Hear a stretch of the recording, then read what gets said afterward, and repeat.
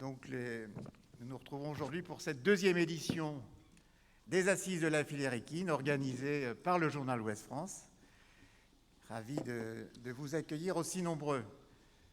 Pour ouvrir cette session, nous allons demander au président Laurent Beauvais, puis au président du Conseil régional de Basse-Normandie, puis au président Nicolas Mayer-Rossignol, président du Conseil régional de Haute-Normandie. Ce n'est pas un secret de dire que bientôt vous allez vous marier.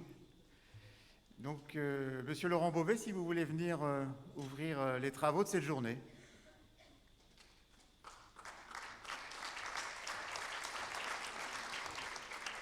Merci Jean-Jacques Lerosier, merci à Ouest France pour l'organisation de cette deuxième édition des Assises de la filière équine et bravo pour l'introduction que vous nous avez dévoilée autour de Trèves qui a donné du rythme déjà à ces assises. J'espère que ce rythme sera poursuivi tout au long de leur déroulement. Je salue bien entendu mon collègue Nicolas Mayer-Rossignol qui est ici. Et évidemment, sa présence est pleine de symboles par rapport à cette perspective normande qui s'offre à nous et qui s'offre donc à la filière équine. Je salue évidemment toutes celles et tous ceux qui sont là dans cette salle, responsables, acteurs, partenaires d'un travail important que nous avons entrepris déjà plusieurs années. Ces assises organisées par le journal Ouest France sont autres symboles. La première édition s'inscrivait dans le cadre des Jeux équestres et je peux dire, je crois que l'existence de ces assises est née de la dynamique des Jeux équestres, très nettement pour la première édition. Cette deuxième édition, dont on me dit d'ailleurs qu'il n'est pas impossible qu'il y ait plus de participants à la deuxième édition qu'à la première, veut dire aussi maintenant autre chose. Je pense que ces assises sont désormais le cadre qui permettra de vérifier que la stratégie que nous avons élaborée tous ensemble, et quand je dis tous ensemble, c'est évidemment acteurs de la filière équine que vous représentez les uns et les autres ici, mais aussi les collectivités qui... département du Calvados, département de l'Orne, département de la Manche, région Haute-Normandie déjà il y a longtemps, à l'époque, quand nous avons créé le projet, et bien entendu région Basse-Normandie se sont mobilisées. Cette mobilisation au service d'une stratégie, au service d'un projet qui est ce projet à 15 ans pour la filière équine, je crois dans ces assises et à l'occasion de ces assises et grâce à ces assises, devrait pouvoir permettre que cette mobilisation se poursuit, continue, s'amplifie, se déroule certes autrement selon d'autres modalités. Nous n'aurons pas de nouveaux Jeux équestres avant longtemps, mais que nous devons nous appuyer sur ce grand succès que furent ces Jeux équestres il y a un an pour poursuivre le travail, pour avancer jour après jour autour de projets que nous avons fixés, autour d'une stratégie évidemment qui se développe en faveur de ce territoire et de ce territoire normand qui arrive. Le contenu de ces assises, d'ailleurs, oriente bien, je pense, la réflexion vers cette stratégie, car vous aborderez des sujets importants, notamment autour des questions de financement, mais aussi d'Europe, puisque l'ouverture européenne est très présente dans les différentes tables rondes, et je crois que c'est là une indication importante. Alors, il faut évidemment que je balise un peu ce que ce projet à 15 ans peut représenter, ou que j'évoque quelques sujets importants qui viennent, je crois, concrétiser cette ambition que nous avons fixée en traçant un cadre au-delà des Jeux équestres pour cette dynamique au travers des projets, je pense, assez précis. Le premier qui me vient à l'esprit, et vous comprendrez pourquoi je le cite, c'est la toute récente installation de l'établissement public du Haras du Pin qui a été réalisé la semaine dernière.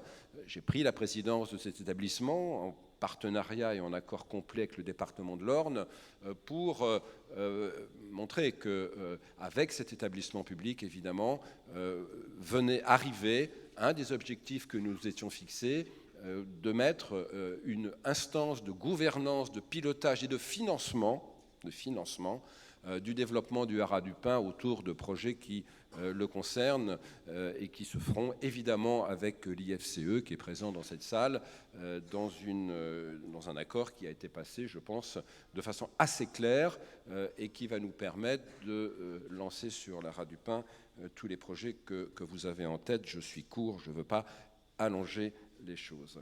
Il n'y a pas que le haras du Pin qui est un point de stratégie de la région bas-normande et demain de la région normande évidemment. Vous le savez, le pôle hippique de Saint-Lô, qui a manifesté tous ses talents et toutes ses compétences pendant l'été.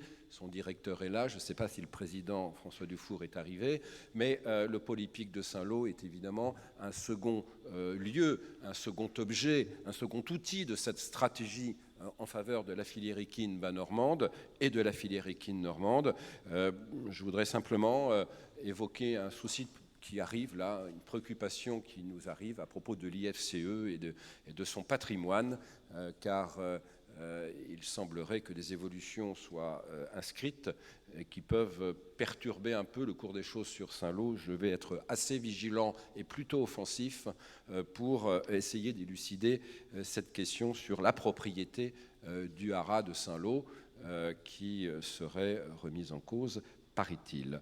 Je veux citer le troisième élément fort de notre stratégie, qui lui aussi est un projet qui se déroule. C'est tout ce qui tourne autour de la plateforme Hippolia, qui, dans le Calvados, avec le département du Calvados, comme avec le département de la Manche, nous travaillons sur Saint-Lô et l'Orne sur le Pin.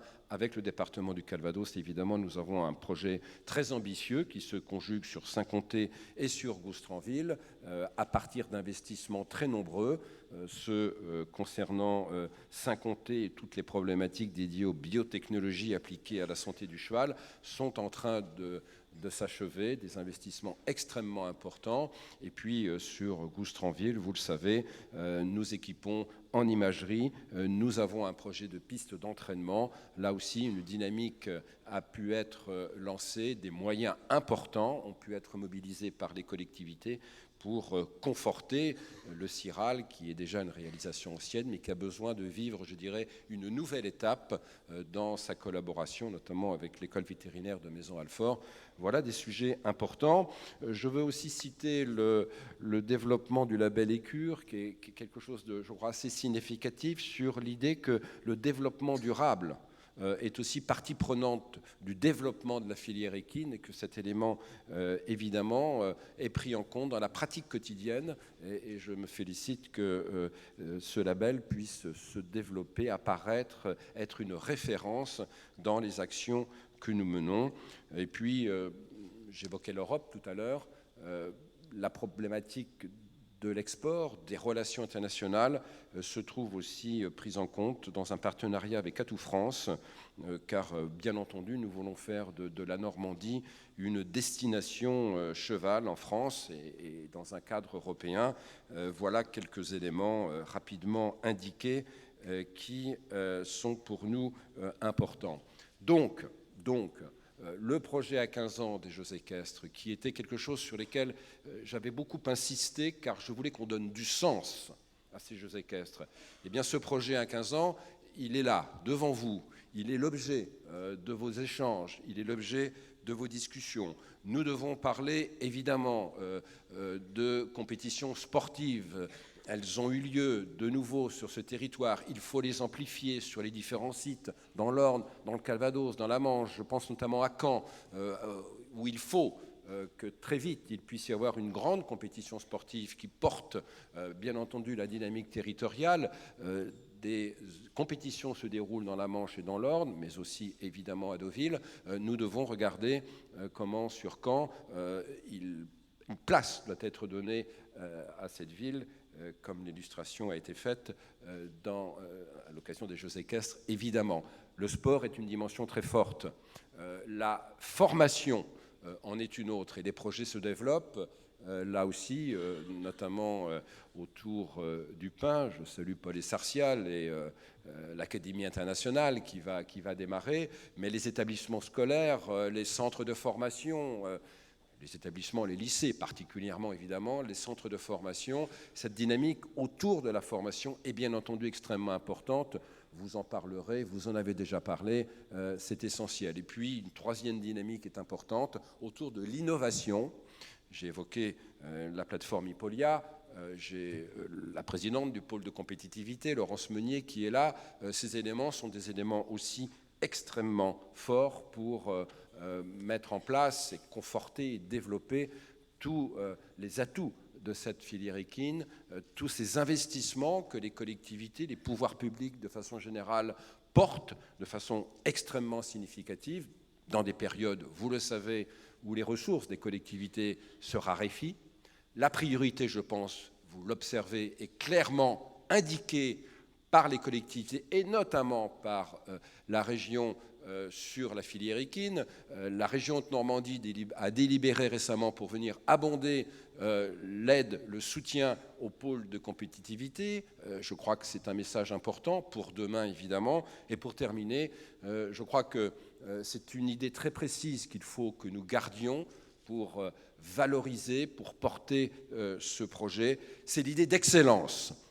Elle, je pense, résume bien nos ambitions, elle résume bien notre mobilisation. Excellence, excellence pour ces deuxièmes assises. Merci à vous.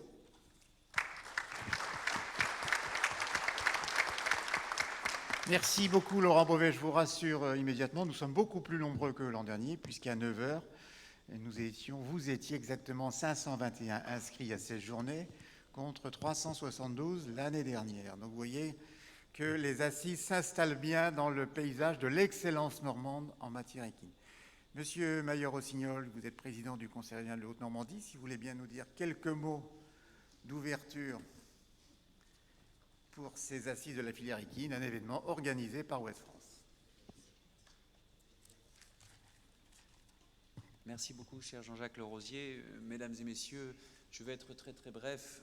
Je tenais simplement à être présent en compagnie du président Beauvais pour témoigner et aussi marquer effectivement la dimension singulière de ce rapprochement, cette fusion, ce mariage, a dit Jean-Jacques, entre la Basse-Normandie et la Haute-Normandie, et de ce qu'il peut apporter dans un certain nombre de filières d'excellence, pour reprendre le mot de Laurent Beauvais.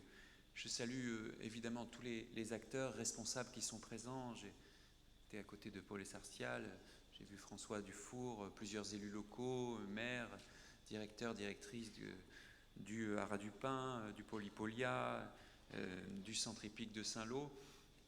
Je voudrais dire de manière très simple et je voudrais dire très sincère qu'en tant que président du Conseil régional de Haute-Normandie, je viens ici beaucoup pour apprendre, à vrai dire, et puis, si vous me passez l'expression, un peu comme un observateur qui regarde, assez admiratif en réalité, le travail qui a été fait en Basse-Normandie spécifiquement sur la filière équine. Parce que il y a bien sûr des chevaux en Haute-Normandie, il y a une filière qui existe, il y a des hippodromes, il y a des réunions hippiques, il y a des centres équestres, des centres d'élevage, des cabinets vétérinaires, des cavaliers professionnels, mais quand on regarde objectivement les choses et sans faire de langue de bois, la Basse-Normandie, dans la Normandie de demain, a montré l'exemple sur le développement de l'excellence de cette filière. Et je pense que c'est un exemple tout à fait important pour le développement économique de notre région Normandie demain, quelles que soient ses évolutions. Et on est ici sur une filière où, comme le disait le président Beauvais, il y a eu un grand élan l'année dernière. Alors la région Haute-Normandie s'était associée, d'ailleurs c'était mon prédécesseur qui avait pris cette décision de s'associer, mais très honnêtement, la part relative de la région Haute-Normandie par rapport à la région Basse-Normandie dans les Jeux équestres mondiaux en particulier était évidemment beaucoup moindre. Et si je suis venu ce matin, c'est pour passer ce message que dans la Normandie demain, dans le rapprochement de nos deux collectivités, nous avons déjà commencé d'engager cette fusion, en particulier dans le domaine de la filière équine, pour que cela profite à toute la Normandie.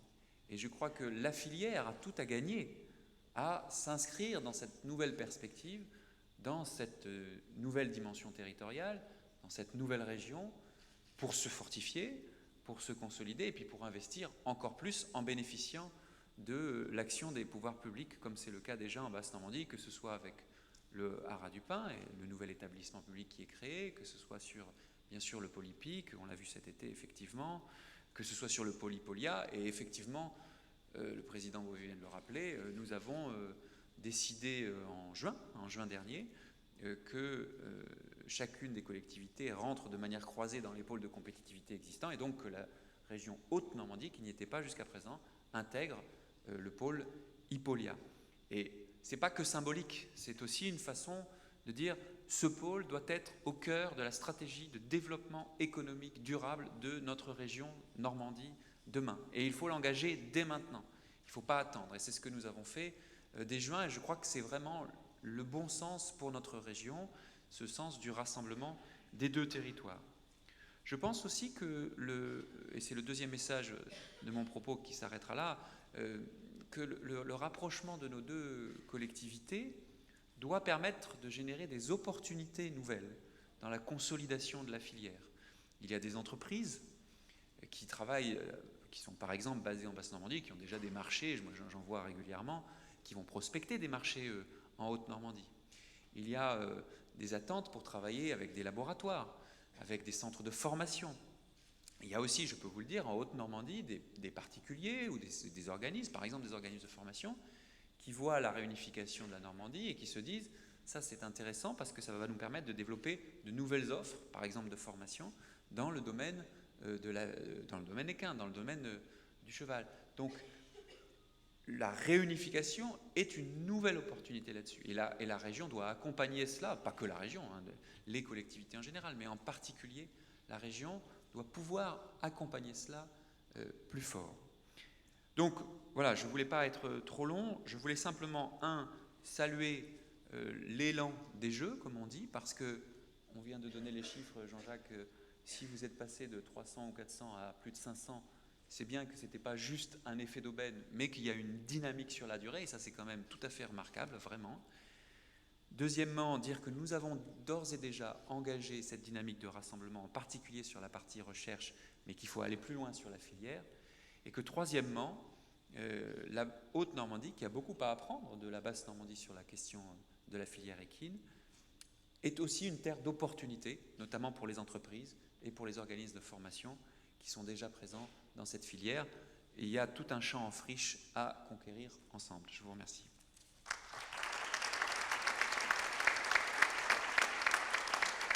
Bien, nous allons continuer à fédérer. Nous allons donc entrer dans le vif du sujet, démarrer avec la première table ronde. Si notre ami François Lappé veut bien me rejoindre pour animer cette table ronde et présenter nos intervenants, je l'en remercie.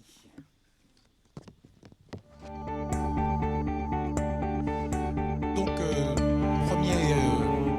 première table ronde pour situer un peu le décor. Un travail a été fait depuis sur les 4 derniers mois pour rassembler des données à la fois sociales et économiques sur l'évolution des filières, à la fois en France et en Europe, pour avoir des marqueurs aussi bien en termes de production, en termes d'évolution des enjeux, par exemple hippiques.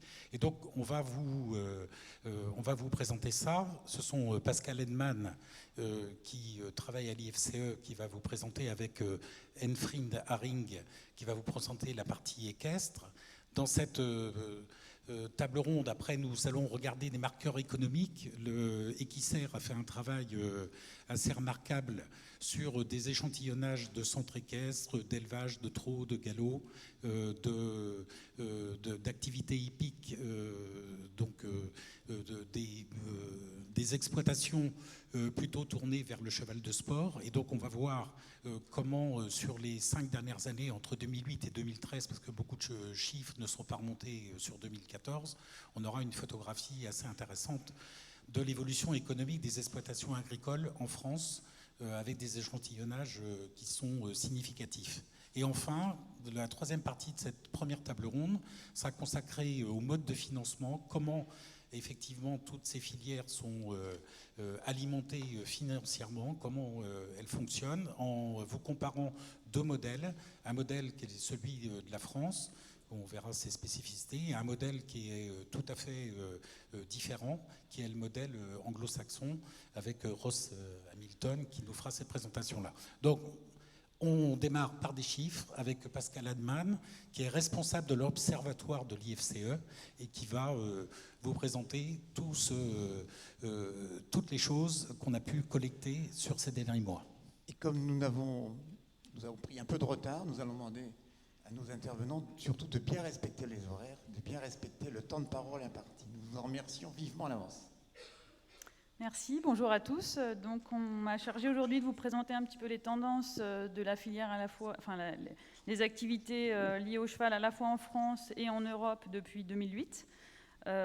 Pourquoi 2008 ? D'abord parce que ça fait 5 ans, donc ça donne un aperçu un petit peu historique. Et puis par ailleurs, bien entendu, parce que l'année 2008 a été marquée par un contexte, une crise économique assez marquante pour l'économie mondiale. Et donc on va voir comment s'inscrivent les activités liées au cheval, à la fois dans le domaine des courses, à la fois dans le secteur de la viande chevaline, et également les activités équestres qui vous seront présentées par Monsieur Haring juste après moi.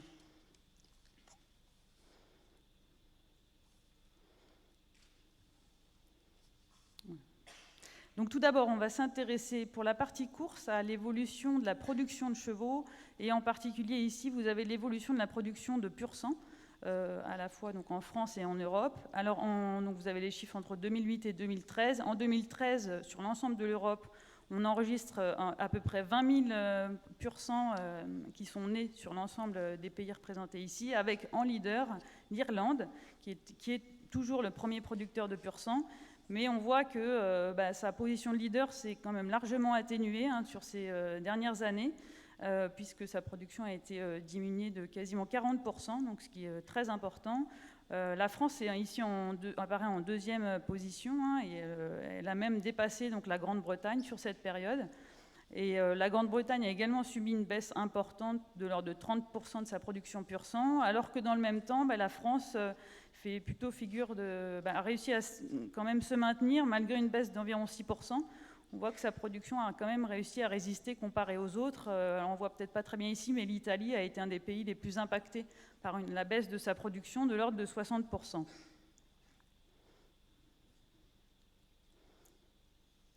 De la même façon, si on s'intéresse à la production de trotteurs, on voit ici l'évolution avec le même ordre de grandeur. En 2013, environ 20 000 trotteurs qui sont nés en Europe.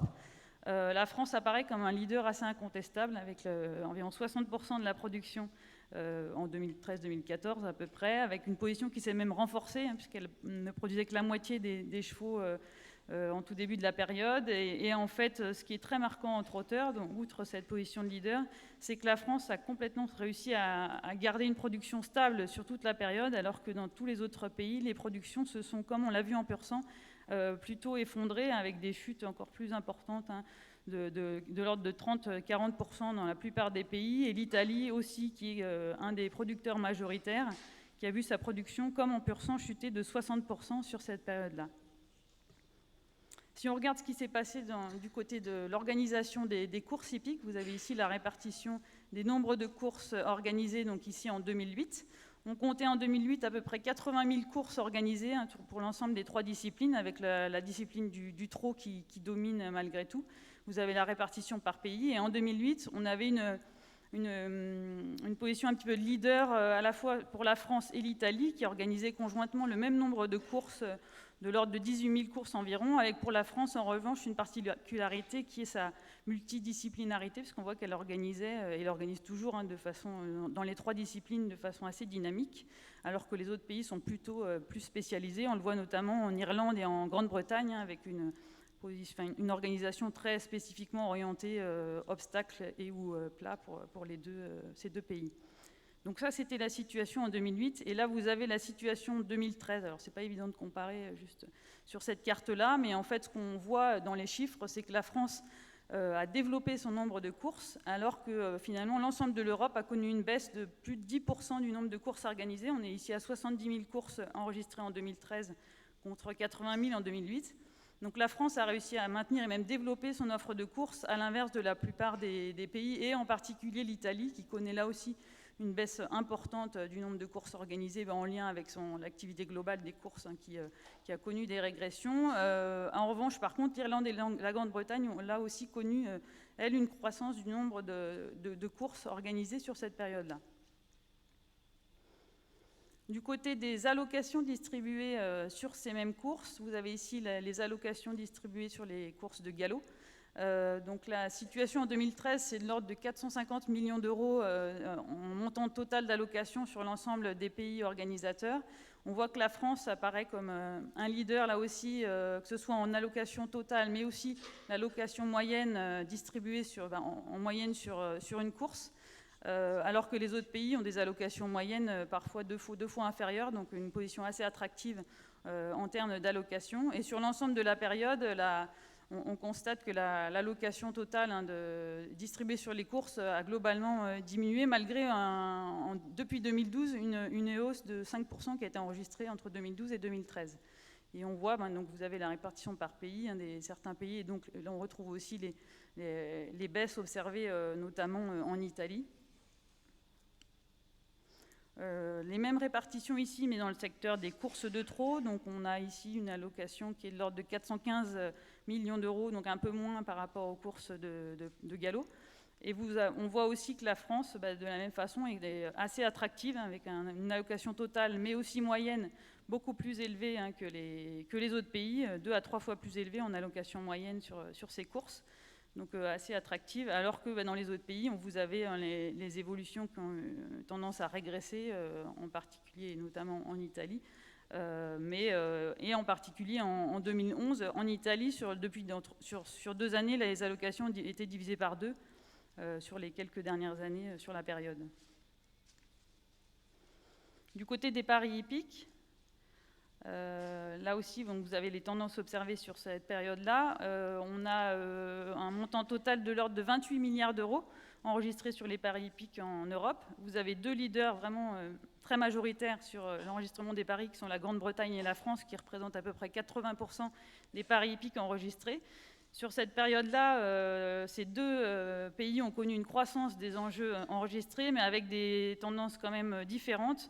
On voit que la Grande-Bretagne, avec des chiffres qui sont un petit peu morcelés, parce qu'on n'a pas les données sur toutes les années, mais a connu quand même une baisse au milieu de la période, alors que la France a continué à progresser.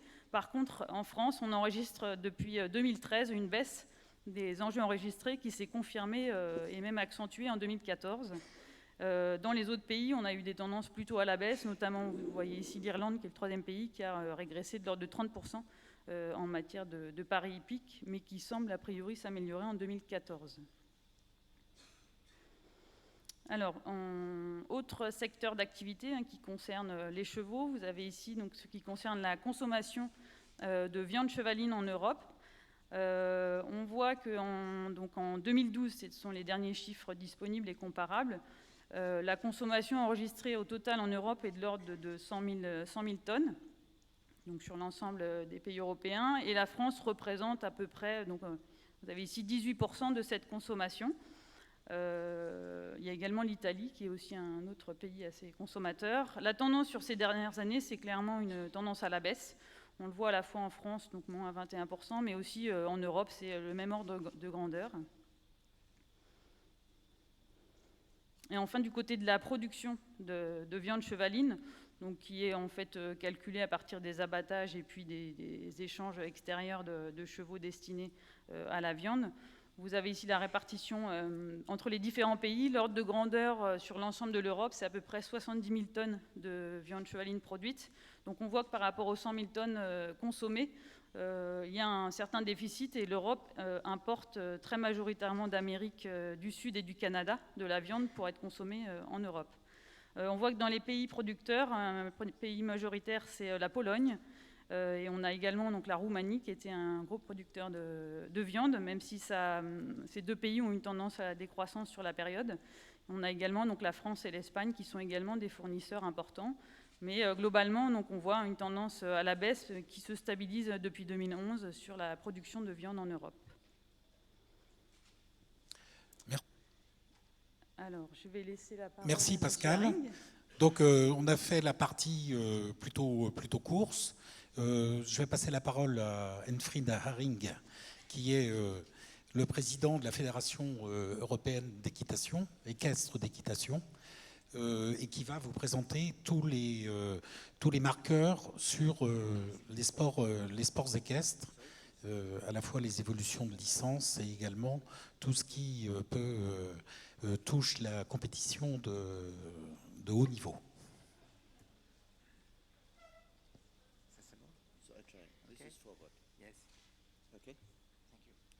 Ladies and gentlemen, it's a pleasure for me to be here. After a year where I spent 2 weeks with my team here at your wonderful competition, your town is looking completely different, and that's okay. With really big interest, I listened to what your presidents of the region had to say, and I must say it's exactly the same could have been said in all other or most of the other countries in the European Union, because we have all the same problems. And this is different than years ago, where we had a competition between France, and Germany, and Poland, and whatsoever. We don't have this competition anymore. We really have to put everything together to solve our problems and to improve this, what we are doing.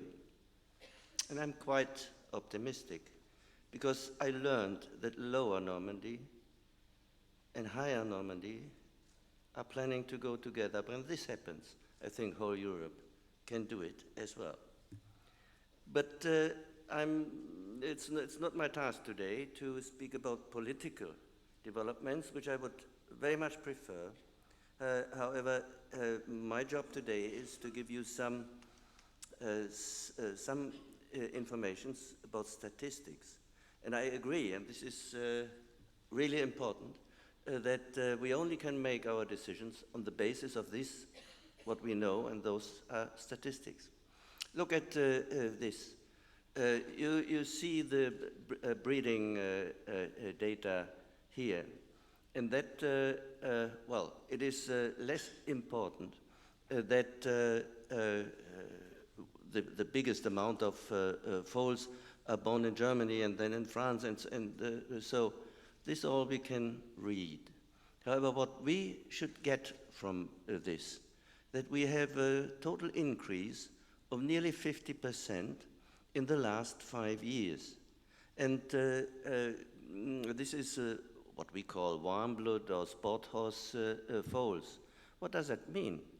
That means that in the next 5 years, we, very simple, have 50% horses less for leisure time and for the competition. That means that horses are becoming expensive. On the one hand, it's great. We as breeders are saying, okay, horses are becoming more expensive. That makes some money, which is necessary. However, for the sport, it's a disaster. Because when you are not able to deliver the horses for the sport, then our sport is going back to this, what it was some 30 years ago, an elite sport with only a lot of political influence. This is not what we want. We have to ask for the reasons. Why did it go back? Well, US breeders know, because of the prices for normal good horses. I'm speaking for good horses. We all know, all over Europe, say 1,000 more or 1,000 less. To produce a 3-year-old sport horse costs you 15,000. When you, I mean euro, not franc or lira. And when you are going to sell after half a year more, 3/4 of a year more, this horse broken, then it costs you 17,500. And we don't get it for a normal, good horse. And there we have to think about. Did I push the wrong button? Or? Oh, no. It's coming again. Ah, yeah. Here we have the next one, and those are the riders. who are there. And again, it is not so important who is leading there, and we even have a real big problem because to find statistics is not easy. What we have to realize there is that the number of riders is decreasing. And this is above all in those countries who are the consumers for this. And there we have we really have to think over why is this the case. Don't we have the right offer for our clients? What do we have to change to get them back? I have to wait because I increasing and next will be, I hope so, the competitions in total, increasing both in total and FEI competitions. There you can see that the competitions are growing, and here we are. And this is the case in the three most important countries. This is France, this is Italy, this is Germany. We all can see that the competitions are increasing. You see there the flags after those three. It's Belgium and it's the United Kingdom. This is the first very positive development I can show you. And quite slow, eh? Our horses are faster. The number of events, and this you can see is the other positive information. Here we have nearly an explosion. We have a lot of shows and increasing number of this that corresponds with the riders and horses, and this is showing that above all the performance sport is really increasing, and here you can see this plus 63%. This is exactly the contrary of this what we have seen just in the live-born foals. And come on.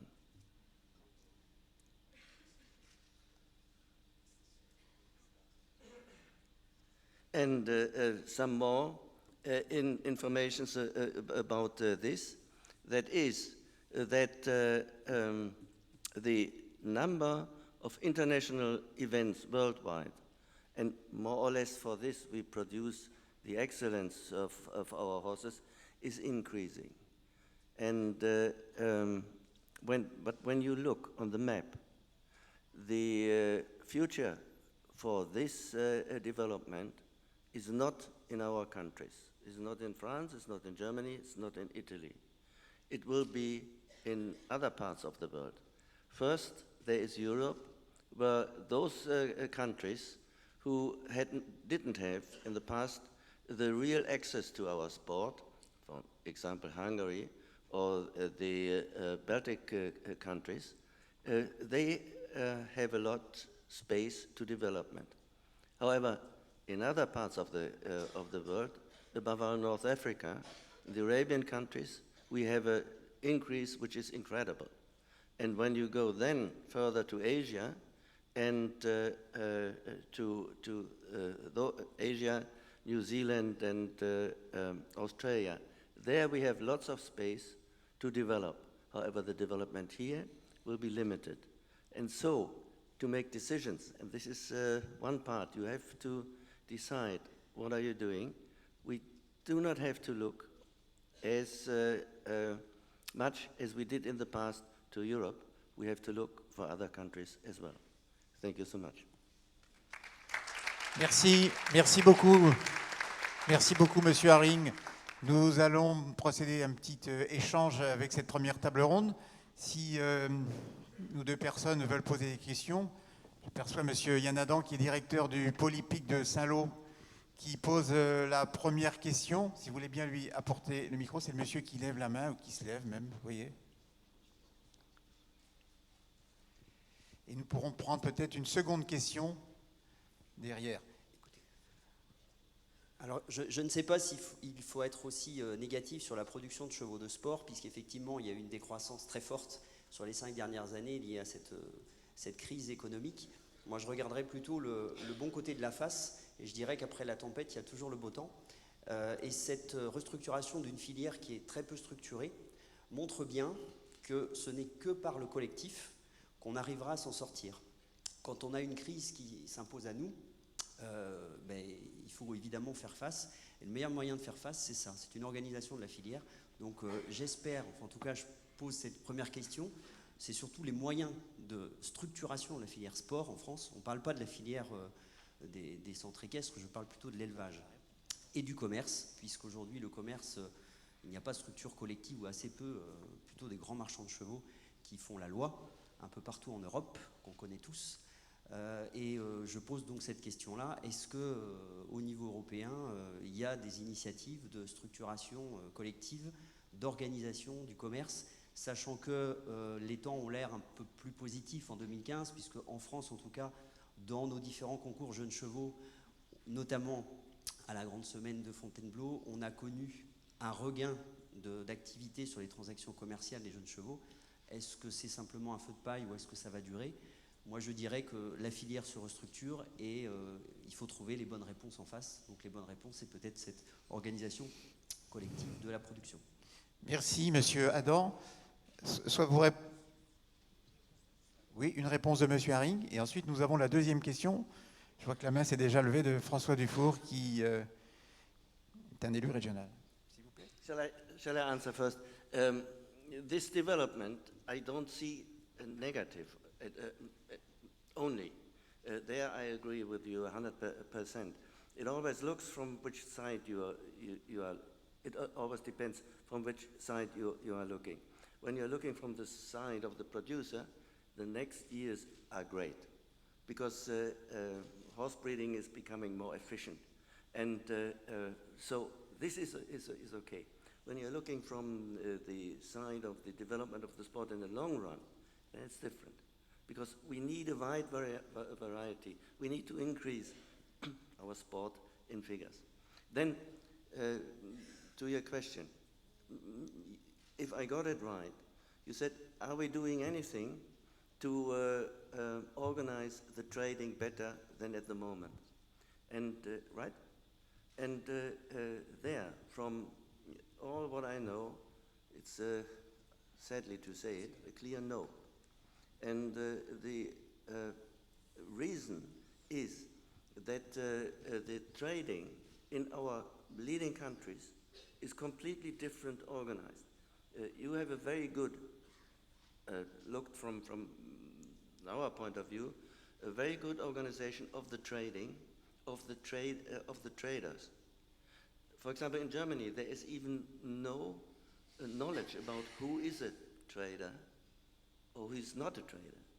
And therefore, the interests of the two leading countries are different, and the systems are different.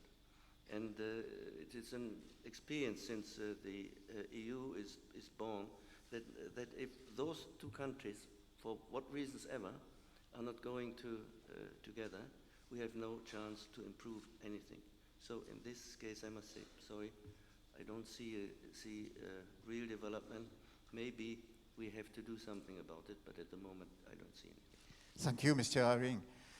François Dufour, si vous avez levé la main, si vous posez Oui. la dernière question. Bonjour, mesdames, messieurs. François Dufour, vice-président de la région Basse-Normandie, en charge de l'agriculture. Je voulais savoir si vous avez des indicateurs suivant les régions ou les pays, sur l'initiation au développement du sport notamment, ou de la professionnalisation. Autrement dit, y a-t-il beaucoup plus de jeunes aujourd'hui, notamment dans les zones urbaines, initiés vers le cheval? Qu'y a-t-il d'engagé pour cela? Parce que je pense qu'effectivement, plus de cavaliers demain et plus de professionnels, et donc plus d'élevage, ça passe obligatoirement par une initiation des jeunes que l'on doit inciter donc à aller vers de la formation et de l'amour et de la passion du cheval. Yeah, this is what you said is the question in the center of should be in the center of our thoughts. Unfortunately, the answer is that we have a decrease in nearly all countries, regarding young people. And for the future of our sport, it will be the key question: how can we get the young people back? There have not so good messages.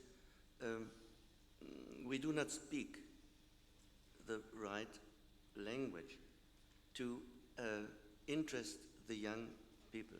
We have to learn this, and this will be a problem for us.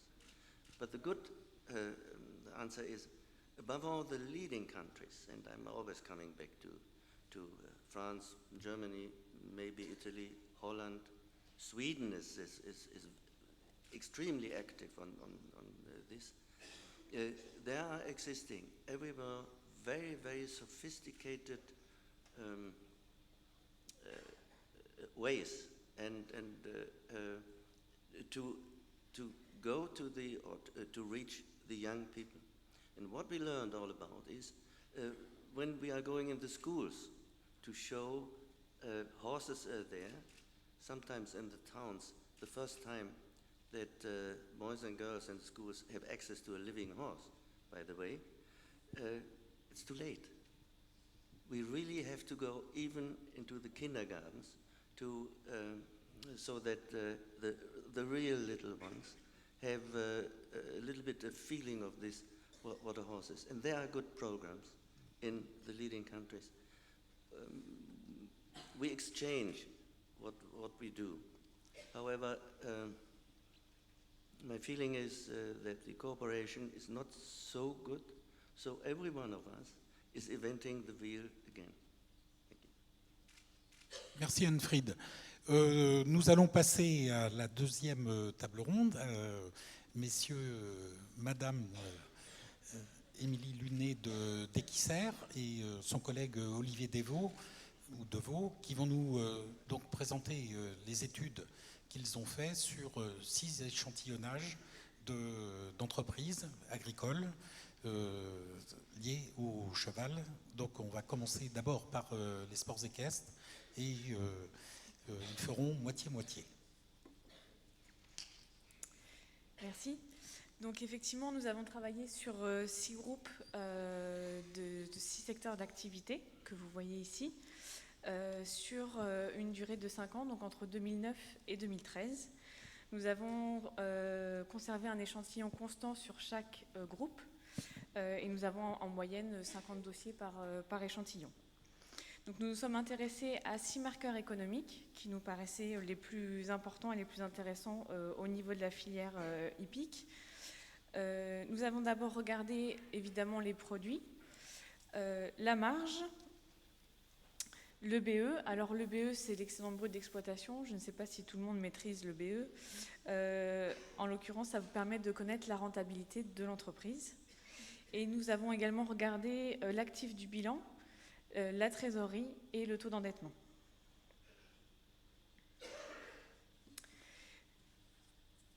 Donc nous allons commencer par le groupe des centres équestres.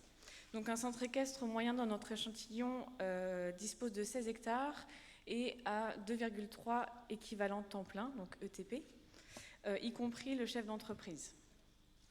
Donc on remarque que le chiffre d'affaires est en augmentation de manière quasiment constante sur les 5 ans.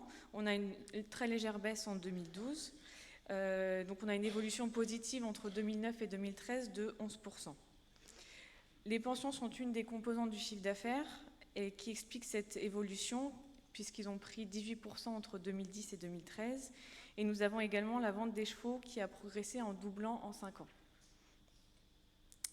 En 2011, la marge dégagée était proche de 100 000 euros. Et nous verrons dans le bilan que cela a permis de nouveaux investissements sur l'année 2012.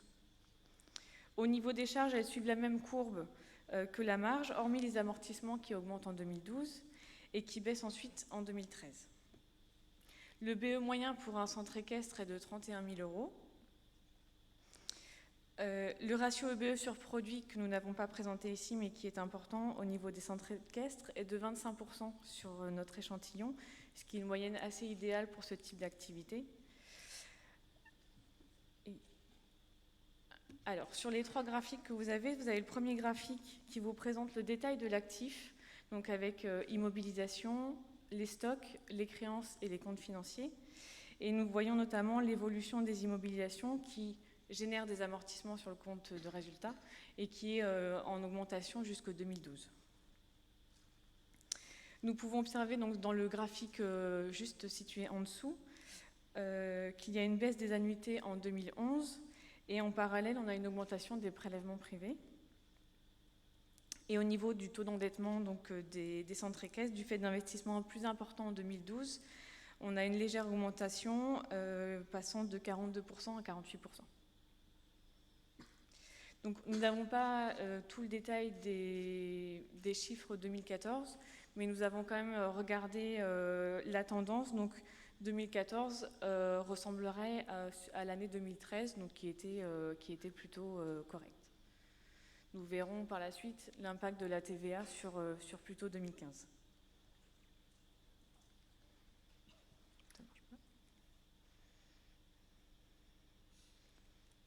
Oups. Alors, au niveau du groupe des éleveurs de chevaux de sport, donc dans ce groupe, on a un éleveur qui dispose en moyenne de 44 hectares et de 2,25 équivalents temps plein. Le chiffre d'affaires de la vente des chevaux a augmenté entre 2009 et 2013. En moyenne, sur les 5 ans, il était aux alentours de 47 000 euros. Et en 2013, les ventes ont atteint 87 000 euros. Donc les gains de concours pour ces structures sont stables et les pensions facturées s'élèvent en moyenne à 70 000 euros, ce qui assure une certaine trésorerie pour ces structures puisque les ventes, en l'occurrence, sont très, très variables. La marge brute et le BE suivent la même courbe. Il y a eu peu d'évolution au niveau des charges. Le BE positif aussi en partie grâce au stock, puisque effectivement ces structures capitalisent sur les futures naissances des chevaux. L'activité donc, des éleveurs de chevaux de sport a légèrement souffert en 2010 et 2012. Les résultats des entreprises étaient négatifs, mais 2013 a été une très bonne année pour les éleveurs de chevaux de sport.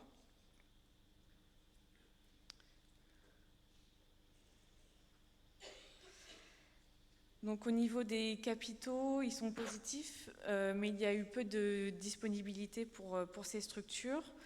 Les emprunts permettent généralement de financer les immobilisations, donc les chevaux, et les éleveurs recapitalisent, mais s'endettent par la même occasion. Donc en 2009, 2010 et 2011, il n'y a pas eu de prélèvement privé, ou très peu. Donc c'est généralement laissé l'argent pour refaire leur trésorerie. Par contre, en 2012 et 2013, ils ont pu prélever, même si 2012 n'était pas forcément une très bonne année pour eux. Et donc, au niveau 2014, il semblerait que ça ressemble plus à 2012, donc pas forcément une très bonne année pour nos éleveurs de chevaux de sport. Au niveau des éleveurs de galop, donc un éleveur de galop moyen dispose de 68 hectares et de 4,7 équivalents temps plein. Les produits des éleveurs de galop ont augmenté de 2010 à 2012, mais ont baissé de près de 46 000 euros entre 2012 et 2013. Donc la baisse du chiffre d'affaires s'explique principalement par la vente des chevaux, car l'année 2012 avait été assez exceptionnelle, avec une vente moyenne de chevaux d'un montant de 165 000 euros. Les pensions facturées représentent quand même 60% du chiffre d'affaires, ce qui, comme pour les éleveurs de chevaux de sport, leur assure une certaine trésorerie toute l'année. Au niveau des charges opérationnelles, en l'occurrence, elles ont augmenté, ce qui entraîne du coup une baisse de notre EBE, excédent brut d'exploitation. et les amortissements ont augmenté, mais le résultat de l'entreprise reste positif sur cette période de 5 ans. Donc au niveau des immobilisations et des stocks, ça augmente régulièrement sur ces 5 ans. Les éleveurs capitalisent sur leurs chevaux, c'est la base de leur travail et de leur activité.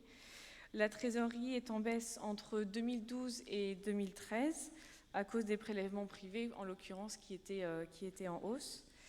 Et donc, a priori, sur 2014, cela ressemblera certainement à 2013, donc une année pas non plus catastrophique, mais pas exceptionnelle.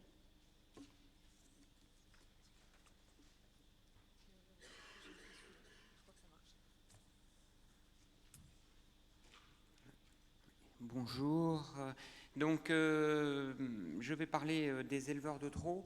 Donc là, en comparatif avec les éleveurs de galop, on va retrouver à peu près la même surface, mais par contre avec presque deux salariés par rapport à 4 aux galopeurs. On observe entre 2009 et 2013 un chiffre d'affaires en progression.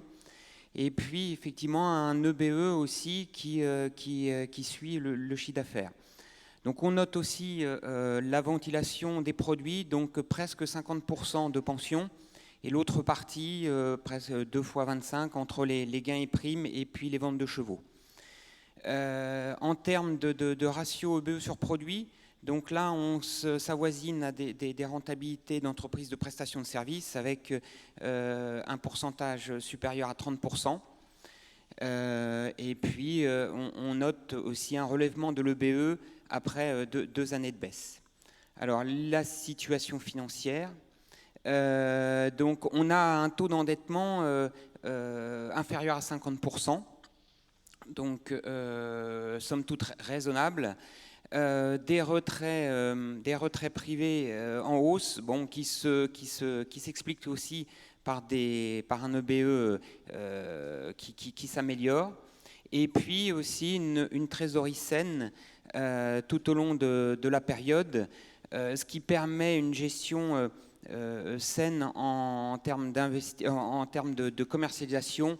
On va dire aujourd'hui, on a plus une tendance chez les trotteurs, donc à viser une partie vente de chevaux, mais à la fois aussi mise en location des produits, ce qui permet d'obtenir une rente au fil des années et d'obtenir une trésorerie saine. L'entraîneur de galop, donc là aussi on se repositionne en termes d'échelle. Tout à l'heure on avait des entreprises aux alentours de 300-350 000 euros de chiffre d'affaires. Là on passe tout de suite à 700 000 euros.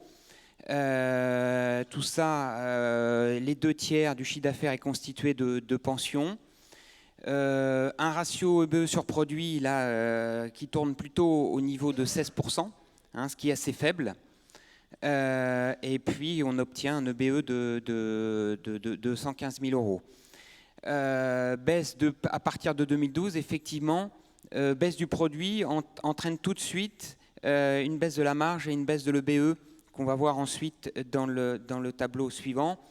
Effectivement, dès que là on a dans le tableau en bas à gauche l'échelle un peu plus marquée, effectivement une baisse significative, des retraits, et puis c'est surtout aussi basculer sur l'actif avec un taux d'endettement au début de 92% et qui monte jusqu'à 112%, donc un endettement qui augmente régulièrement, 22% quand même en l'espace de 5 ans. Et effectivement, avec le bilan et l'actif, on le voit bien, on sent bien, on avait une trésorerie positive en 2009 et 2010 qui disparaît en 2011, c'est-à-dire qu'elle bascule dans le volet passif, donc négative. Ensuite, les entraîneurs de trot. Donc là, on se retrouve aussi avec un chiffre d'affaires aux alentours de 350 000 euros. C'est 2 fois moins que l'échantillon entraîneur de galop. Par contre, là, une progression régulière. Hein. Là, tout à l'heure, on avait 68% du chiffre d'affaires qui étaient les pensions. Là, c'est plus les gains de course, hein, donc qui rentrent en compte. Des charges stables. On voit entre la courbe des produits et la courbe de la marge brute qu'elle suit tout de suite les produits.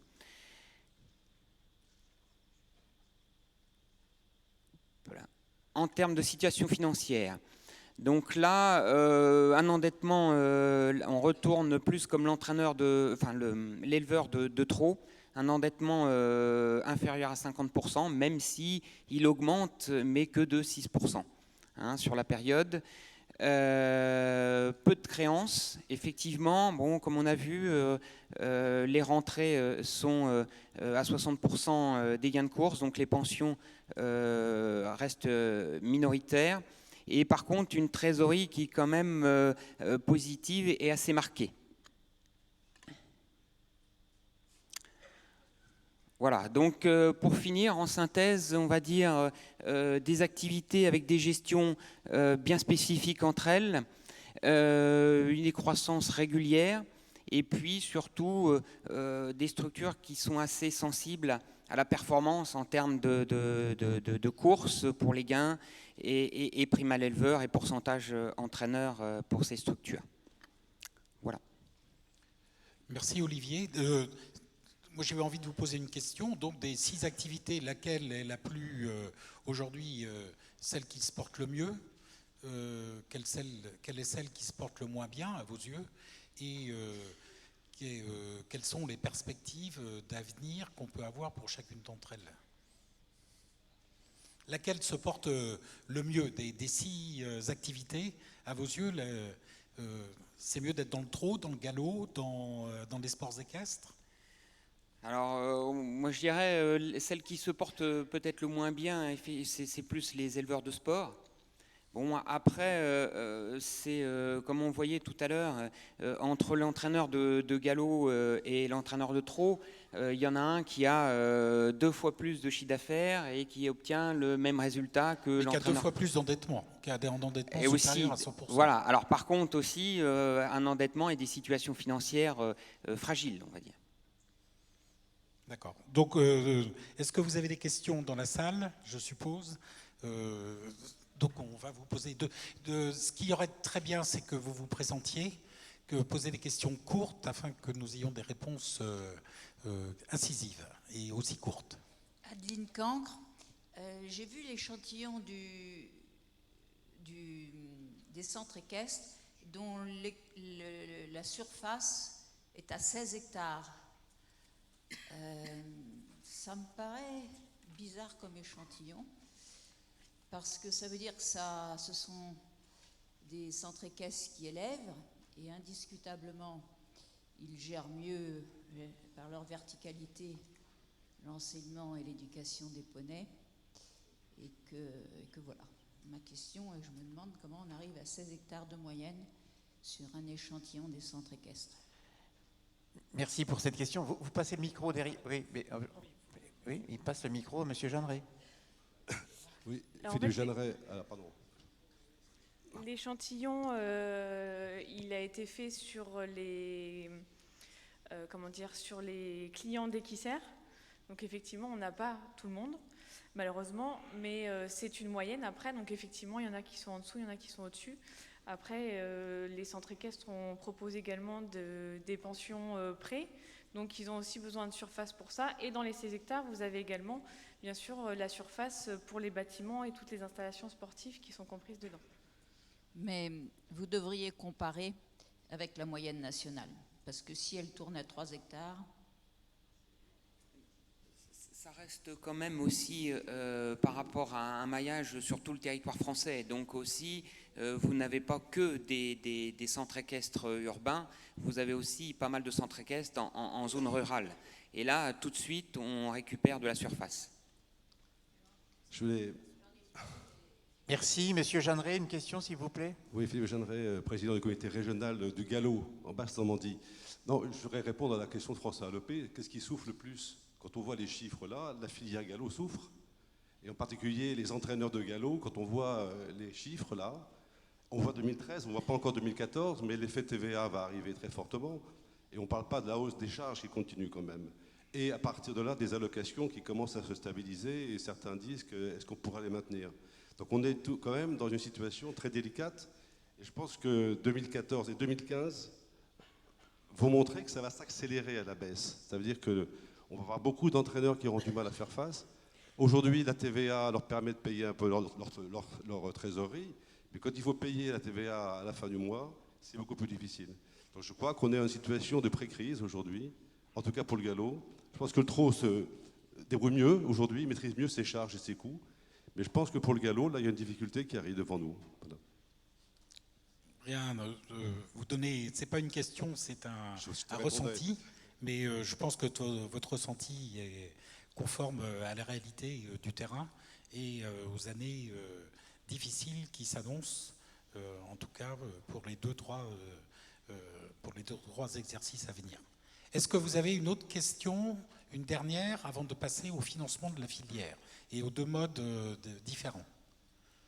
Il y a un monsieur au fond, est-ce qu'on peut lui passer un micro?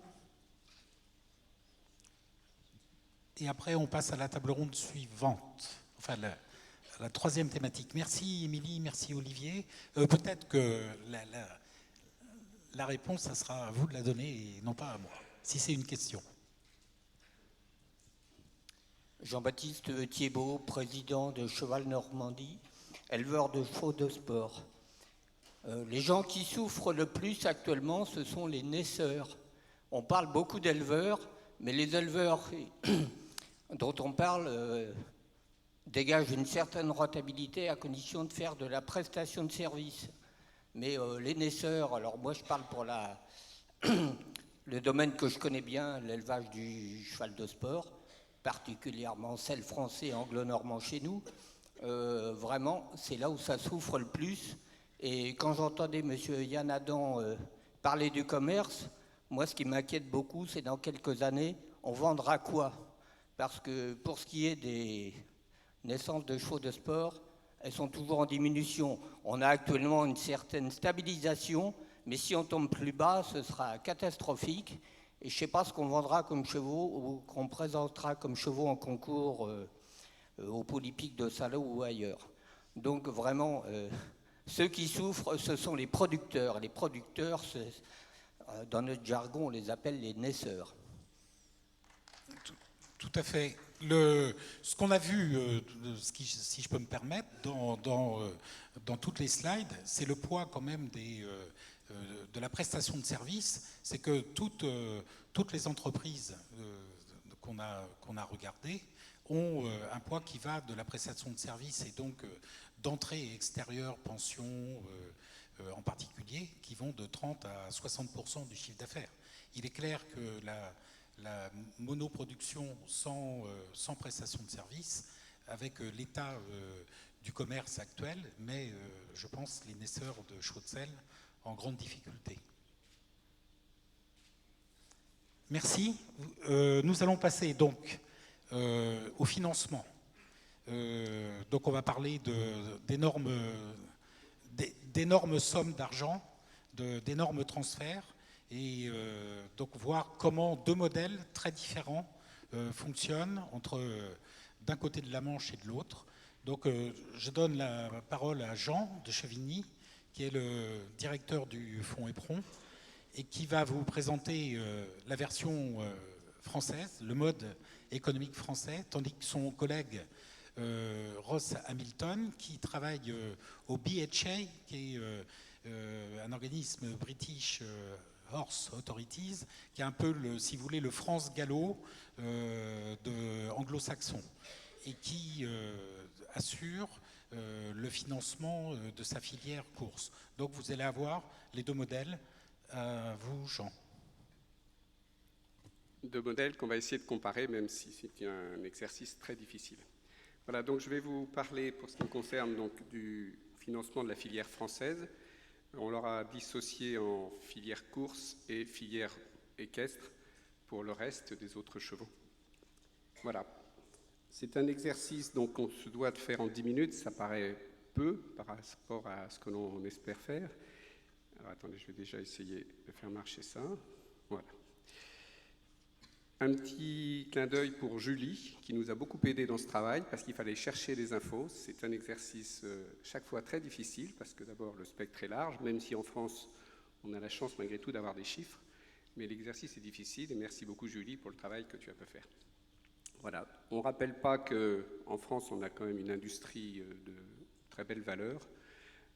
C'est un vrai sport, que ce soit les sports équestres, que ce soit les courses, on est à un niveau international quand même de très haut niveau. C'est une véritable industrie puisqu'on quantifie, c'est toujours plus ou moins, mais près de 85 000 emplois. C'est quand même une filière qui a sa place dans le paysage. L'impact économique, c'est toujours très difficile également à évaluer, mais enfin on est sûrement en milliards d'euros, donc c'est quand même pas anodin. Et puis sur la place européenne, la France, tant dans le domaine des courses que dans le domaine des sports, a une place importante, avec un nombre d'hippodromes très important. C'est la moitié, enfin c'est la totalité des hippodromes, équivalent à 50% donc des hippodromes européens, c'est énorme. Voilà, donc on est dans un pays de qualité avec une industrie importante. Alors, au niveau des courses, on a donc des masses d'argent qui arrivent dans le secteur. On a essayé de simplifier évidemment. On va parler des propriétaires. Alors propriétaires, éleveurs, qu'importe, c'est des privés qui mettent la main à la poche pour financer une passion, un métier. Mais ce sont des chiffres qui, vous allez le voir, donc sont importants. On a évidemment les parieurs qui ont un rôle majeur en France. On le verra en Angleterre, la comparaison est intéressante. Les turfistes qui viennent sur un hippodrome, qui s'acquittent d'un droit d'entrée, c'est une recette qu'on n'a pas voulu négliger. Et puis évidemment les sponsors, quand bien même là aussi, entre le modèle franco-anglais, on va avoir de très très grosses différences. Au niveau des propriétaires, on a balayé donc 4 postes importants. Tout d'abord, l'achat de chevaux. L'achat de chevaux dans le domaine des courses, bien sûr, c'est principalement des ventes aux enchères, Arcana et aux Arus. Mais dans ce truc, on a également les ventes de trotteurs pour une part bien inférieure. Mais c'est même en 2014, nous sommes sur les chiffres 2014, cela représente 144 millions. Les propriétaires également rentrent dans l'achat de chevaux au travers de courses à réclamer qui sont quand même très développées en France. Et le chiffre d'affaires principalement au galop est de l'ordre de 32 millions d'euros dépensés au travers des chevaux sur lesquels on a pu mettre un bulletin d'achat à l'issue de la course à réclamer. Les training fees, c'est-à-dire, alors c'est en anglais sur ce qu'on a voulu uniformiser par rapport à la présentation de Ross, mais les frais d'entraînement, c'est là aussi assez difficile à estimer parce qu'évidemment, les chiffres ne sont pas toujours, mais enfin, on est quand même dans un ordre d'idée de près de 400 millions d'euros. Ceux qui ont des chevaux savent de quoi on parle. C'est beaucoup d'argent, évidemment, pour assurer, encore une fois, une passion pour beaucoup d'entre nous. Et puis, les propriétaires sont également sollicités pour faire courir, donc c'est ce qu'on appelle les entrées et forfaits, même si à la course près, ce n'est pas un montant très important, mais vu le nombre de courses très importants sur le territoire, tant en trot qu'en galop, cela représente une somme de 16 millions d'euros. Alors ensuite, on a les joueurs. Les joueurs, on a donc en France un système de jeu au travers du réseau PMU, donc extérieur à l'hippodrome, qui sont donc très importants. En 2014, c'est près de 9 milliards d'enjeux.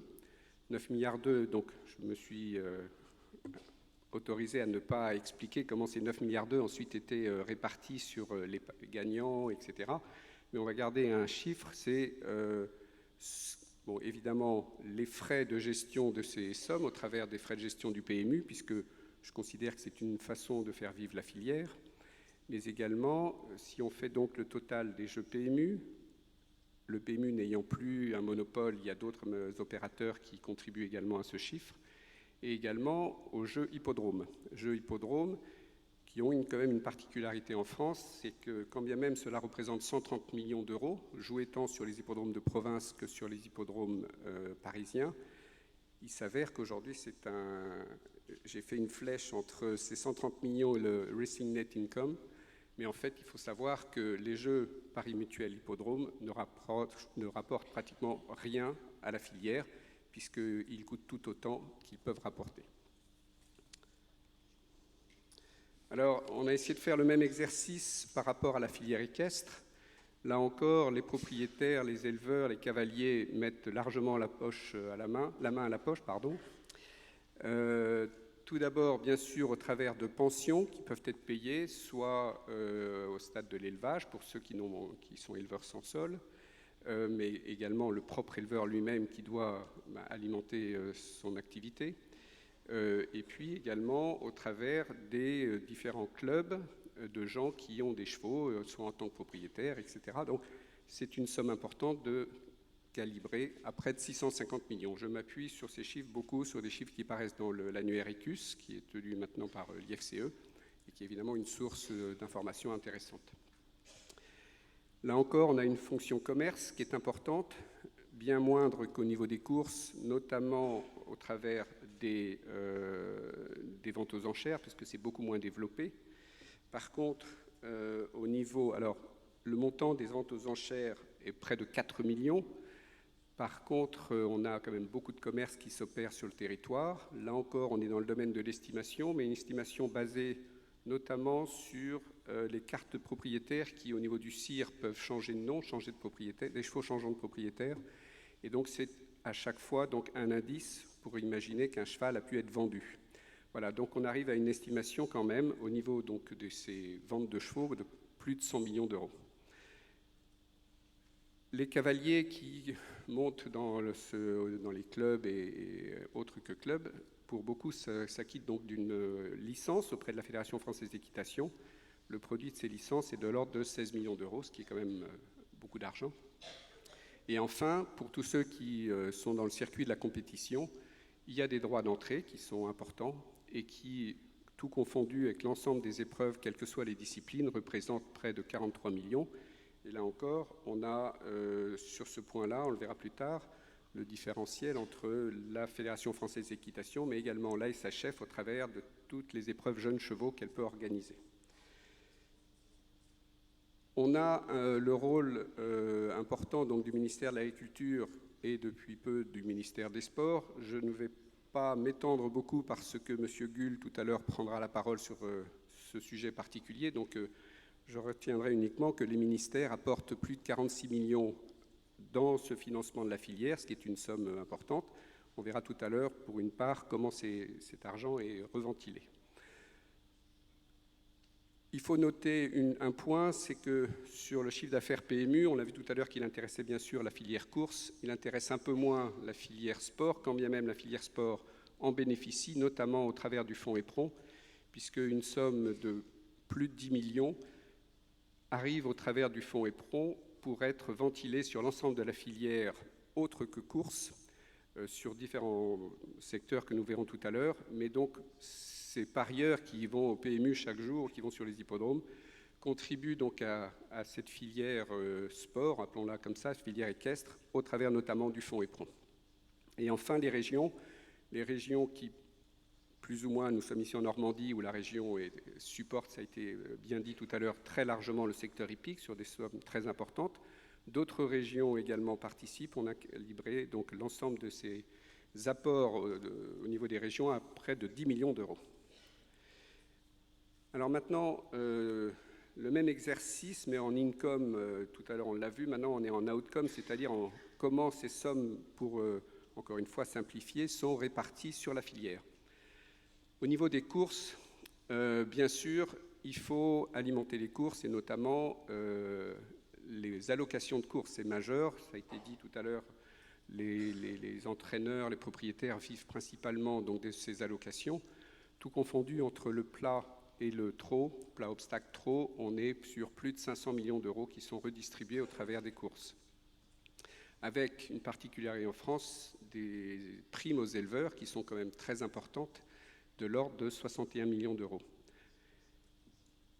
La Fédération nationale des courses hippiques, qui est également alimentée au travers des sociétés mères, mais donc à partir du prélèvement qui a été fait sur les enjeux, donc qui, elle, finance d'une part les sociétés de province, puisque les sociétés de province dépendent directement de cette fédération, et donc à hauteur de 4,8 millions d'euros.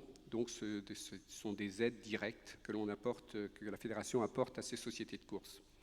Et puis également un point important qui est quand même très fort en France, c'est ce contrôle antidoping pour une enveloppe d'un peu plus de 10 millions d'euros.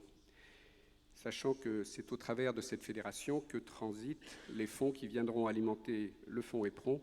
Et pour ce qui concerne les courses, puisque le fonds EPRON, en théorie, ne supporte pas les courses, à ceci près que le fonds EPRON finance la recherche en France, en cofinancement avec l'IFCE, et que, bien sûr, cette recherche intéresse tout autant le domaine des courses. On a une particularité, mais ça, ce sont des chiffres 2014. En 2016, cette ligne est amenée à disparaître. C'est qu'effectivement, je le disais tout à l'heure, l'organisation des Jeux sur l'hippodrome est devenue déficitaire, notamment à Paris, et que, à défaut de rapporter, ces Jeux hippodromes coûtent. Et on avait en 2014 une enveloppe de 13 millions d'euros à dépenser en plus de la recette que ça avait pu générer. Et puis on a, dans le domaine des sociétés mères, différents services, l'organisation des courses pour 40 millions d'euros, c'est le GTHP. On a toute la formation, au travers de la formation notamment des jockeys, avec des écoles réparties un peu sur le territoire à hauteur de 35 millions d'euros. Et puis enfin, ce qu'on appelle les œuvres sociales, les problèmes de retraite, de prévoyance du personnel de l'institution à hauteur de 36 millions d'euros. Alors un exercice, alors là c'est évidemment un peu plus chargé, c'est un peu plus complexe au niveau de la filière équestre. Alors au travers bien sûr de la Fédération française d'équitation qui a eu le produit des licences, qui génère un certain nombre de recettes, mais qui dans son budget a un certain nombre de dépenses bien entendu. Et alors c'est très simplifié parce qu'il faudrait entrer dans le détail, c'est pas le propos aujourd'hui. Mais effectivement, la fédération, sur un budget de près de 38 millions d'euros, alimente bien sûr un certain nombre de compétitions, mais alimente le haut niveau, alimente tout ce qui est international au niveau de la FEI, mais également la vie des clubs, un support donc aux régions. C'est le financement de la filière, on l'a vu en amont, qui vient d'un certain nombre de canaux, le ministère, la poche même des propriétaires, mais qui transite ensuite au travers notamment de la fédération qui vient alimenter ce beau système de concours que nous avons en France. Avec donc, en termes de prix d'allocation versés dans les concours, alors là c'est regroupé, mais également avec les sponsors, avec ceux qui organisent des concours savent combien c'est difficile d'aller chercher cet argent à redistribuer à chacun des cavaliers. Donc c'est une enveloppe à l'année de près de 70 millions d'euros. On a également dans les dépenses, dans cet argent qu'on a vu transiter en amont, on a bien sûr l'IFCE, c'est une part du budget que le ministère a pu apporter. L'IFCE qui a des coûts de fonctionnement, mais qui, on va le voir ensuite, intervient sur un certain nombre de secteurs. Bien sûr, maintenant, ce ne sont plus des financements directs, mais au travers d'appels à projets, donc sur le financement de la filière de chacune des différentes associations, que ce soit les chevaux de sport, les poneys, les chevaux de trait, les ânes, l'ensemble de cette filière vient profiter d'un certain nombre de financements au travers de fonds d'appel à projets. C'est d'un budget de près de 2 millions. Ensuite, on arrive sur des financements qui sont jumelés entre l'IFCE, donc le ministère, et le fonds EPRON. Pour une part, sur donc, ce qu'on appelle la SFET, la Société française des équidés de travail, c'est la société mère de l'ensemble des chevaux de trait, des ânes et des chevaux de loisirs. Et donc, la SFET donc, gère tous les concours de chevaux de trait, a repris en ce sens ce que faisaient les haras nationaux.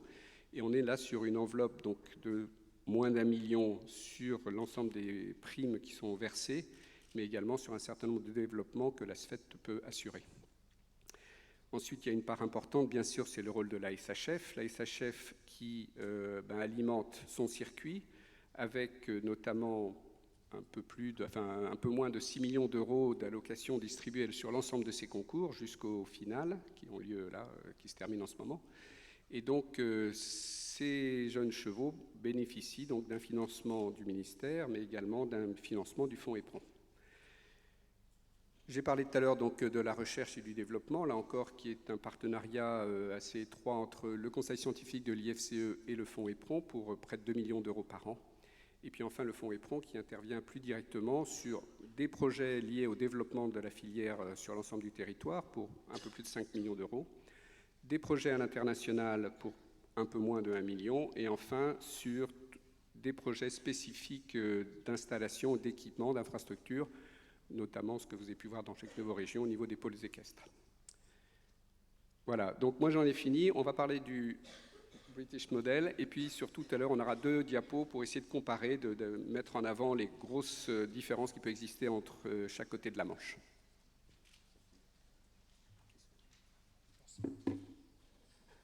Merci Jean. Bonjour mesdames et messieurs.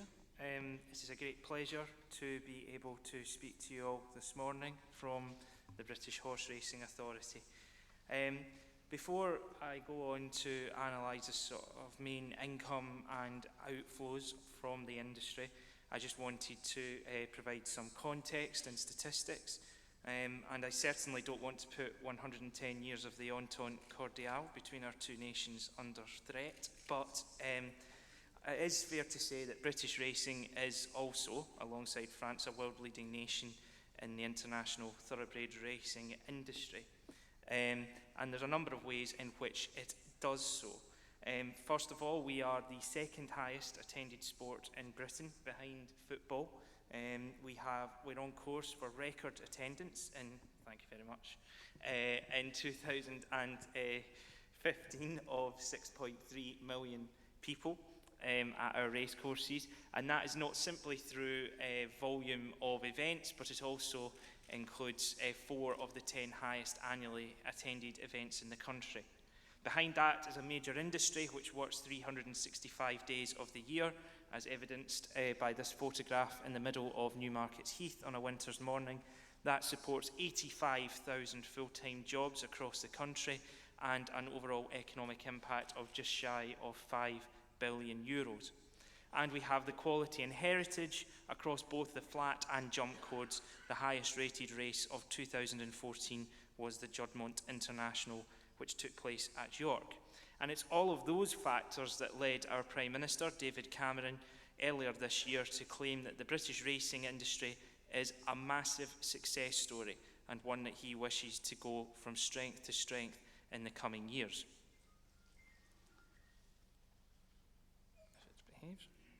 There we are.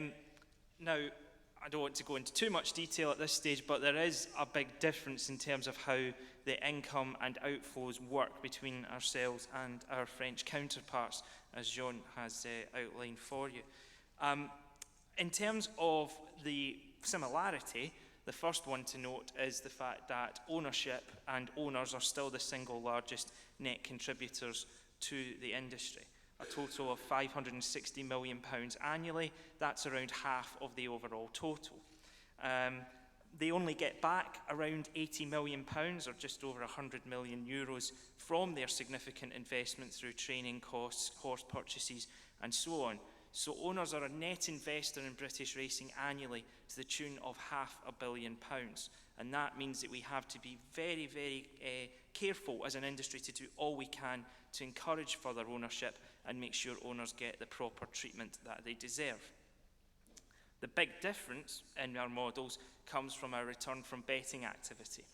While overall turnover on British racing is broadly similar, if not even slightly higher than that in French racing, our return is 1/10 of that received by the French racing industry. The other point I highlight at this stage is that the predominant form of betting in the United Kingdom is fixed odds betting, rather than pari mutuel or pool betting, as you would have here with the PMU. It's that precise reason, the problems that we face from receiving a fair return from betting, something I will be looking to outline a bit more in detail to you in a few moments' time, that we've had to try and diversify our income streams, be it through race day admissions and catering fees, media rights sales to not only terrestrial and satellite television broadcasters, but also betting operators and other forms of commercial income. In terms of the outflows, the main areas to highlight here, around 10% of the money that comes in goes back in prize money. That was €157 million in 2013, about £114 million or so. That will rise in 2015 to a record £130 million. Part of the reason why is that very point I made earlier about the importance of ownership. We want to keep owners involved in the sport, and we need to give them as much of a return as we can, even though that is probably only around 25 pence in the pound. Racing's significant employment base is shown by the fact that we have £225 million annually in wages and over £120 million in employment taxes. And as the horse must come first in everything that we do in the sport, then horse costs, including veterinary and farriery fees, account for €125 million annually. That final other operating expenditure total at the end looks rather large, which suggests we maybe don't know where it goes, but we do. But the main area that it does get spent on is racecourse operating expenditure. The BHA annually costs around £30 million per year for our regulatory and governing responsibilities. So there are a number of similarities between our two models, but there are also a number of differences, which John and I are now going to discuss a bit more.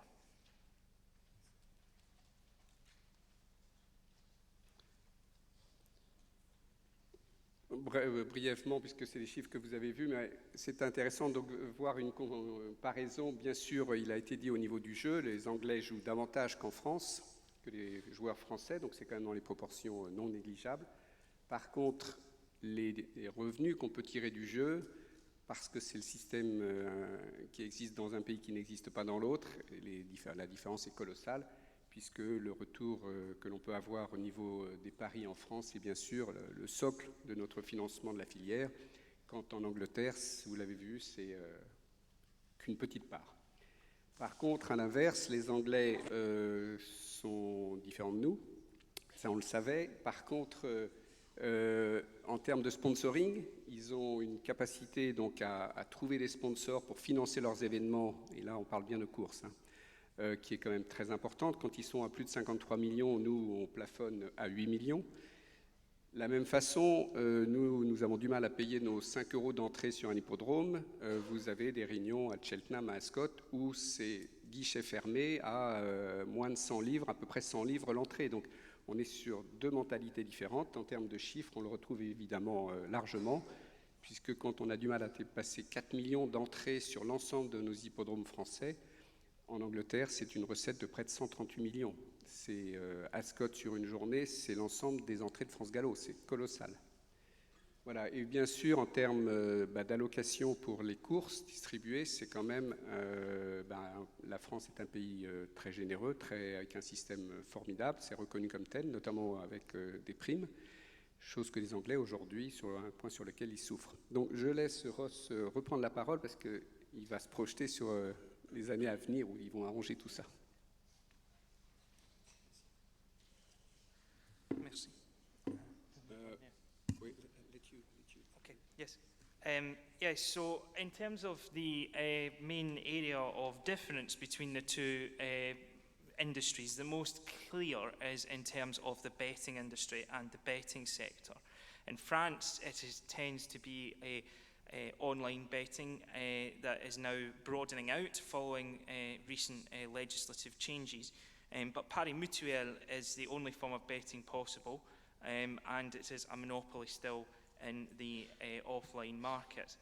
In Britain, in contrast, we have a fully privatised, highly liberalised and extremely competitive market. There are different types of betting opportunity available also, not only pari mutuel wagering, but predominantly fixed odds betting. Also other forms are emerging such as exchange betting and spread betting, and those are significant.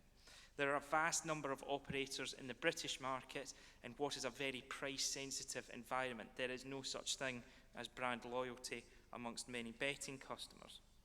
On a regulatory level in Britain, all gambling in the UK is licensed by the Gambling Commission.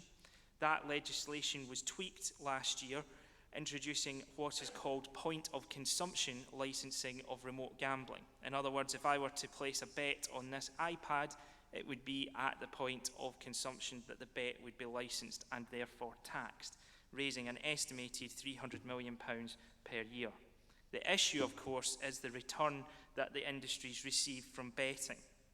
And there is a significant problem for the British racing industry in terms of the return it has been receiving. Now, this shows the horse race betting levy, the system that we've had in place since the 1960s in Britain, and the return received from it. From an average of over £100 million, or around €150 million in the middle of the last decade, that has fallen by almost a third, down to a core income of €82 million and a supplement of €16 million. The main reason for that has been the significant growth of online gambling in the United Kingdom. Even our largest retail betting operator, William Hill, which has over 2,000 betting shops across the country, takes 1.5 times the amount that they take in betting shops on sport online. So they get 1.5 times online what they do in their shops. It is very much an online-dominated market today. And the problem that racing has faced in the United Kingdom is the horse race betting levy has been unable to keep pace with technological change and the rise of the online betting market, to the extent that over 80% of operators in the UK market do not contribute back to the funding of the British racing industry. Other countries, such as France, have taken steps to try and address this issue. Indeed, a parafiscal levy was passed in France in December 2013, allowing for a return from the newly liberalised online market on horse racing back into the industry to ensure that there was still a fair return. That has not been forthcoming in the United Kingdom, and so the British racing industry and government are now proposing a new system called the horse race betting right. This system would work on the basis that the British racing industry and a body defined by law would have the right to authorise all betting activity on British racing. An operator would have to pay a fee to receive this authorisation, and the fee would be used for elements including prize money, training and education initiatives, integrity services and veterinary research, much the same as the current levy. However, if an operator chose to still accept bets on British racing without paying the fee, they would now be in breach of a law and potentially could suffer redress through the courts or even have their wider operating licence from the Gambling Commission removed if they continued to refuse to pay. This, of course, will capture all of the remote betting revenues on British racing. An estimated £30 million per year in levy receipts are currently being lost through this leakage. There are several other advantages. The government will be removed from role as well in the funding of British racing, and racing will have complete control over how the funds are used. We see this in British racing as a fair system that allows us to receive a fair return from all the betting return activity on the sport, to grow our substantial infrastructure, invest in our people and horse population, and catch up with some of our European counterparts who have already had changes to their return to racing mechanisms in law. We believe that we can, through this system, achieve Mr. Cameron's ambition for British racing to go from strength to strength. Thank you for your time.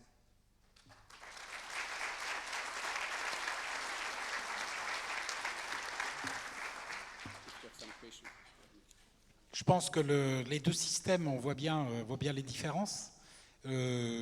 C'est réjouissant de voir que les Anglais viennent un peu sur notre terrain et envient pour une fois un système français, et que ce principe de taxation sur les paris en Angleterre est en train de devenir une réalité, chose qui existe depuis des dizaines d'années en France, et qui va permettre, on voit déjà depuis ces dernières années, une amélioration un peu des revenus de la filière et des allocations de courses en Angleterre, et un peu plus de moyens pour le BHA.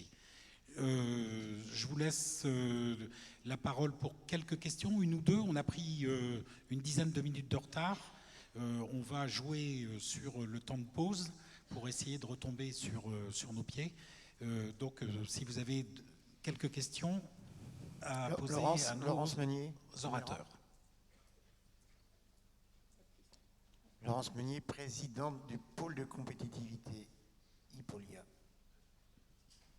Merci. Bon, je ne me présente pas, donc c'est fait. Juste, j'ai une question très rapide.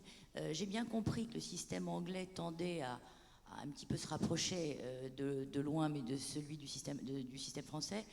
Mais comment, jusqu'à aujourd'hui, faisiez-vous pour financer les investissements des hippodromes, les fonctionnements? Comment, à partir du moment où vous n'aviez pas de somme allouée pour l'investissement, comment cela se passait? Parce qu'il y a des hippodromes qui fonctionnent en Angleterre, quand même. With great difficulty. It has been a challenge for the British racing industry to continue to invest in facilities, to continue to provide appropriate return to owners through prize money. But the industry has come together. It has found ways in which it can diversify its income streams. One of those has been the sale of media rights to betting companies, into betting shops and for online streaming. That's a main stream of revenue for racecourses in recent years, while this shortfall has existed. But the pressure is continuing to grow on that finance stream. It's a well that is starting to run dry, and that's why we are continuing to push hard in the British racing industry with our government, who are listening at the moment, to reform the system and change it within the next 2 years or so. Otherwise, we will be facing significant expenditure cuts through the levy board system, and that will have significant consequences for the finances of our industry. Merci. Une ultime question avant la pause café. Monsieur, si vous voulez bien porter un micro. François Grandcolo. François Goriou, l'IFCE. On peut se réjouir que les Anglais tendent à imiter la France dans les prélèvements sur les enjeux, mais je pense qu'on a certaines leçons à tirer de ce qui vient de nous être présenté, en particulier des droits télé, 211 millions d'euros alors que nous n'en avons pratiquement pas, des autres revenus commerciaux de 70 millions d'euros, des droits d'entrée sur les hippodromes de 380 millions d'euros alors que nous n'en avons que 4,2. Je crois que les Anglais tirent des leçons de notre système de prélèvement sur les enjeux qui sont tout à fait positifs pour la filière française, mais que la filière française a sûrement des leçons à tirer de ce que les Anglais ont été capables de faire. Et eux ont construit plusieurs longs champs sans se poser de questions, même s'ils disent qu'ils vont avoir des frais de fonctionnement dans les années à venir. Tout à fait. On va conclure comme ça en disant qu'effectivement, en France, on s'est beaucoup reposé, l'industrie des courses s'est beaucoup reposée sur le jeu et sur les prélèvements qui étaient effectués sur ces paris. En Angleterre, faute de prélèvements importants et de ressources importantes via les bookmakers, ils ont été, sur ces dernières années, contraints d'être beaucoup plus inventifs et de trouver de nouvelles sources de richesse. Ça sera un peu l'occasion cet après-midi d'explorer. Il y aura un orateur anglais qui viendra, un journaliste anglais qui viendra justement évoquer les droits d'image et pourquoi en Angleterre les droits télé sont beaucoup plus importants sur les courses que ce qu'ils sont en France, et des pistes d'exploration de ce type-là où effectivement les Anglais, faute de ressources du jeu, ont travaillé sur la billetterie, sur le marchandising et ont trouvé de nouvelles autres sources de richesse. Voilà, je vous souhaite une bonne pause café. On essaie de se retrouver à 11h15 pour dire on recommence à 11h20, 11h25.